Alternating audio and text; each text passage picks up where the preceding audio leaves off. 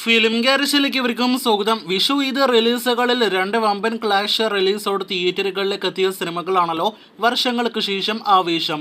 ഈ രണ്ട് സിനിമകളുടെയും 3 ദിവസത്തെ കേരള വേൾഡ് വൈഡ് കളക്ഷൻ പുറത്തു വരുമ്പോൾ ആദ്യ 2 ദിവസങ്ങളിൽ ഇതുപോലെ തന്നെ ഫഹദിന്റെ ആവേശം എന്ന സിനിമ തന്നെയാണ് 3-ാം ദിവസവും വേൾഡ് വൈഡ് ബോക്സ് ഓഫീസിലെ വർഷങ്ങൾക്ക് ശേഷം എന്ന സിനിമയേക്കാൾ കൂടുതൽ കളക്ഷൻ ലീഡെടുത്ത് നിൽക്കുന്നത്.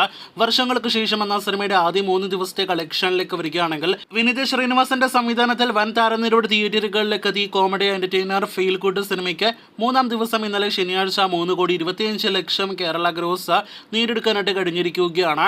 അങ്ങനെ 9 കോടി കേരള കളക്ഷനിലേക്ക് വെറും 3 ദിവസങ്ങൾ കൊണ്ട് വർഷങ്ങൾക്ക് ശേഷം എന്ന സിനിമ എത്തപ്പെട്ടിരിക്കുകയാണ്. അതേസമയം ചിത്രത്തിന്റെ വേൾഡ് വൈഡ് കളക്ഷൻ 3 ദിവസങ്ങൾ കൊണ്ട് പ്രതീക്ഷ ലെവലിലേക്ക് തന്നെ എത്തപ്പെട്ടിരിക്കുകയാണ്. വെറും 3 ദിവസങ്ങൾ കൊണ്ട് 31 കോടി രൂപ വേൾഡ് വൈഡ് ഗ്രോസ് കളക്ഷനാണ് വിനീത് ശ്രീനിവാസൻ സിനിമ നേടിയെടുത്തിരിക്കുന്നത്.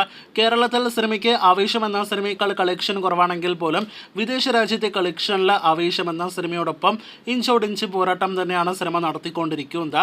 കേരള ബുക്കിംഗിലും മികച്ചൊരു ബുക്കിംഗ് തന്നെ സിനിമ നേടിയെടുത്തിട്ടുണ്ട് എന്നാണ് ഇന്നത്തെ അടക്കം വിഷു ദിവസത്തിലടക്കം ബുക്കിംഗിൽ നിന്ന് വ്യക്തമാകുന്നത്.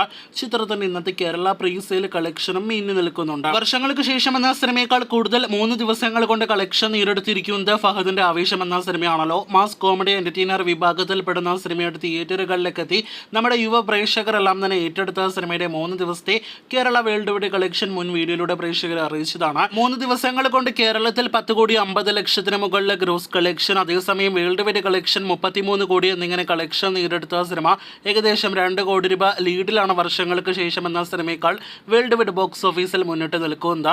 അങ്ങനെ ഫഹദിന്റെ ആവേശം എന്ന സിനിമ 3-ാം ദിവസവും വർഷങ്ങൾക്ക് ശേഷം എന്ന സിനിമയേക്കാൾ മുന്നിൽ നിൽക്കുകയാണ്. ഇതിനിടയിൽ ഫഹദിന്റെ ആവേശം പോലെ വർഷങ്ങൾക്ക് ശേഷം എന്ന സിനിമ വിദേശ രാജ്യങ്ങളിൽ എല്ലാ രാജ്യങ്ങളിലും റിലീസ് ചെയ്തിട്ടുള്ള ആദ്യ ആഴ്ച എന്ന് കൂടി പ്രത്യേകം അറിയിച്ചു കൊള്ളട്ടെ. എന്നിട്ടും കടുത്ത പോരാട്ടമാണ് വർഷങ്ങൾക്ക് ശേഷം ആവേശം തമ്മിൽ നടക്കുന്നത്. ഇന്ന് വിഷു ദിനത്തിലും കേരള ബോക്സ് ഓഫീസിലാണെങ്കിലും വേൾഡ് വൈഡ് ബോക്സ് ഓഫീസിലാണെങ്കിലും മത്സരം കടുക്കുമെന്ന കാര്യത്തിൽ സംശയം വേണ്ട. കാത്തിരിക്കൂ കൂടുതൽ ഇതുപോലുള്ള ബോക്സ് ഓഫീസ് റിപ്പോർട്ടുകൾക്കായി.